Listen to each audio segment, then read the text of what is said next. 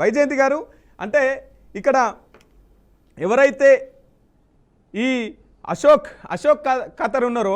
కరాత్ ఉన్నారో ఇతను మహిళల్ని వాళ్ళ సమస్యలతో వచ్చినప్పుడు, వాళ్ళకైనా పెళ్లి సమస్యను, ఇంట్లో సమస్యను, ఇంకే విధమైనటువంటి సమస్య ఉన్నప్పుడు అతనికి ఒక ఇత్తడి చెంబిచ్చి దాంట్లో వాటర్ ఇచ్చి దాంట్లో డ్రగ్స్, తర్వాత మత్తు మందు ఇవన్నీ కల్పించేవారుగా తెలుస్తూ ఉన్నది. ఇవన్నీ కల్పించి అతన్ని మనం వీడియోలు బయటకు వచ్చినాయి, వీడియోలలో చూసాం.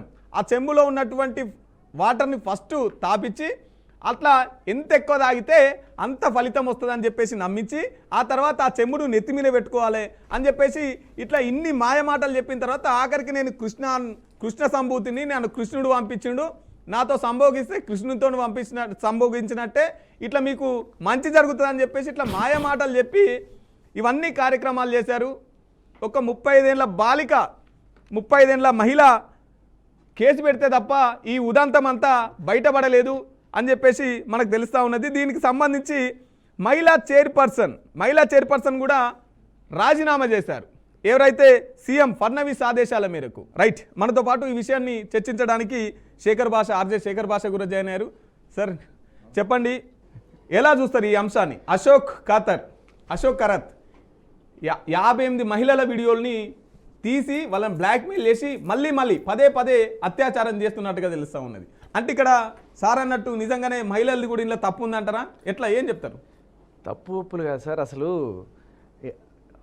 అంత ఈజీగా ఎలా నమ్మేస్తున్నారు వీళ్ళు? మహిళలైనా సరే ఎవరైనా సరే ఇంత మూఢనమ్మకాలు, ఆడాళ్ళే లేదు మగాళ్ళ లేదు, ఈ మూఢనమ్మకాలకి తావు ఏంటి?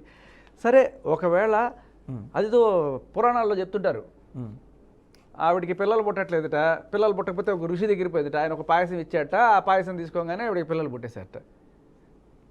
సరే, అప్పుడు పురాణాల్లో అది జరిగిందో లేదో మరి ఆయన చెప్పాలి కానీ, బట్ విషయం ఏంటంటే అది పాష్గా లేకపోతే పాలిష్గా చెప్పినట్టు అనిపిస్తుంది. అదే ఇప్పుడు వీళ్ళ పిల్లలు పుట్టలేదనో లేకపోతే వీళ్ళ రకరకాల కోరికలు తీసుకొని అక్కడికి వెళ్తే, సరే తీర్థం ఇస్తే తీసుకోవడం, ప్రసాదం ఇస్తే తీసుకోవడం, లేకపోతే తాయెత్తులు కట్టుకోవడం ఇంతవరకు ఓకే. అరే సంభోగిస్తేనే చేస్తానంటే అది తప్పు అని తెలిసే పరిస్థితుల్లో కూడా వీళ్ళేరా?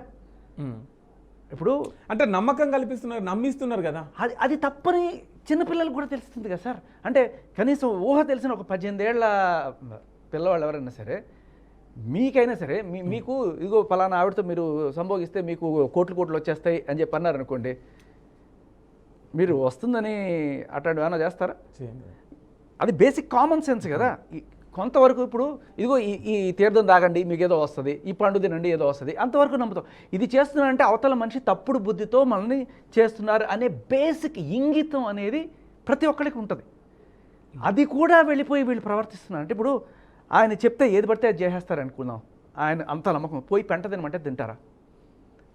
ఇదే ఆయన వీళ్ళని పోయి ఆ పెంట తినమ్మా నీకు పిల్లలు పుడతారు అన్నారు అనుకో. అంటే దాంట్లో ఏదో మత్తు మందు కలుపుతున్నాడు, తర్వాత డ్రగ్స్ కలుపుతున్నారు. ఇది సార్ ఇప్పుడు ఒక కేసు పెట్టాలనుకోండి, అత్యాచారపు కేసులు ఇవాళ రేపట్లో ఎలా పెట్టబడతాయి అనేది నేను చెప్తా. ఆయన చేసింది అస్సలు నేను సమర్థించట్లా. హ్యావింగ్ సెడ్ దట్, వీళ్ళు వాళ్ళ ఆశతోనో లేకపోతే దేనికోసమో పోయి ఉండొచ్చు, కానీ ఒక ఇంగితం, ఒక వివక్ష ఉండాలి కదా సార్. ఇప్పుడు అలా పోయినప్పుడు వీళ్ళు కేసు పెట్టాలనుకోండి, అక్కడ ఒక ప్రాపర్ ఫార్మాట్ ఉంటుంది.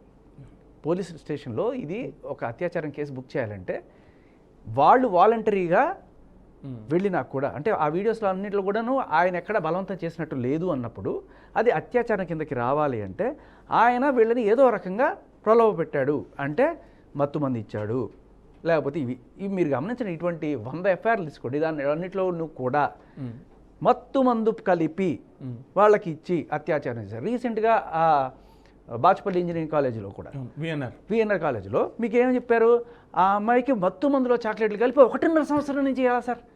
ఒక రోజు అంటే మత్తు మందు, 2 రోజు అంటే మత్తు మందు, ప్రతి రోజు అది జరుగుతూ ఉంటుంది. వీళ్ళు అలాగే వెళ్తుంటారా? సడన్గా ఒక రోజున కేసు పెట్టాల్సి వచ్చినప్పుడు 1.5 సంవత్సరం నుంచి ఆవిడ 2 ఏళ్ల నుంచి చేస్తుందా? 2 ఏళ్ల నుంచి ఆవిడని అదే పనిగా అత్యాచారం చేస్తుంటే సడన్గా ఇప్పుడు మెలకు వచ్చింది ఆవిడకి. అంటే నేనేమంటానంటే ఆయన చేసింది ఖచ్చితంగా తప్పే, దాంట్లో ఎటువంటి ఇది లేదు. కానీ దీన్ని ఏ కోణంలోకి తీసుకెళ్ళాలి? మూఢనమ్మకాలని యూటిలైజ్ చేసుకుంటూ ఈ విధంగా చేస్తున్నాడు అనే దాన్ని. సో దాంట్లో వీళ్ళు కొంత మరి ఆశపడి సహకరించారా లేకపోతే ఇంకోటో మనకి అక్కడ వాళ్ళు చెప్తేనే తెలుస్తుంది. కానీ వీళ్ళు పోలీస్ స్టేషన్కి వెళ్ళినప్పుడు వీళ్ళ మీద అత్యాచారం కేసు పెట్టాలి అనుకున్నప్పుడు ప్రాపర్ ఎఫ్ఐఆర్ ఫార్మాట్ అనేది ఉంటుంది.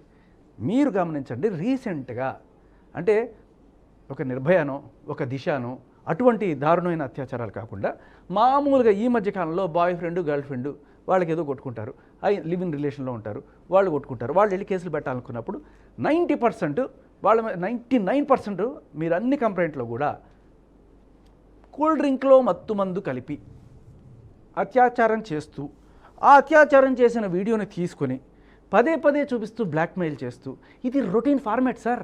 మీకు 100 కంప్లైంట్లు చూపిస్తాం, మీరు పోలీస్ స్టేషన్కి వెళ్ళి ఎఫ్ఐఆర్లు తీయండి. ఈ ఫేక్ రేప్ కేసెస్ ఏవైతే ఉన్నాయో వీటన్నిటిలో కూడా ఇదే ఉంటుంది. అన్నిట్లోనూ ఒకటే ఫార్మాట్. అది పోలీసుల దగ్గర నుండి రాయిస్తారా లేకపోతే వాళ్ళ లాయర్ చెప్తారా తెలియదు. పోలీసులు కేసు పెట్టాలన్నా కూడా ఇదిగో అమ్మా ఇలా ఉంటేనే వెళ్తుంది. లేదు సార్ ఆయన మాకేదో అవుతుందని మేము నమ్మే అది అంతవరకు వెళ్ళాను అన్నారనుకోండి, అంటే అది చల్లదమ్మా, ఇలా ఉండాలి. రైట్. ఇది ఈ మత్తు మందు కలిపి అనేది పక్కన పెట్టేద్దాం. కానీ నిజంగా ఆయన చేసిన తప్పు కాదు, చాలా దరిద్రమైన తప్పు. చెప్పు తీసుకొట్టినా చెప్పు తీసుకో, వాళ్ళకి ఏ శిక్షలు ఉంటే అది ఆ శిక్షలు వేయాల్సిందే. కానీ అట్ ద సేమ్ టైం మనం వీళ్ళల్లో కూడా ఎడ్యుకేషన్ తీసుకురావాలా వద్దా? చిన్న ఒక 18 ఏళ్ళు 20 ఏళ్ళు మీకైనా నాకైనా ఎవరైనా సరే, మన ఇళ్లలో ఎవరైనా సరే ఇలాంటిది అడిగితే తప్పు అని అందరికీ తెలుసు సార్, తప్పు అని అందరికీ తెలుసు. చేసిన తర్వాత దొరికిపోయిన తర్వాత సమర్థించుకోవడానికి రకరకాల కారణాలు చెప్తారు. రైట్.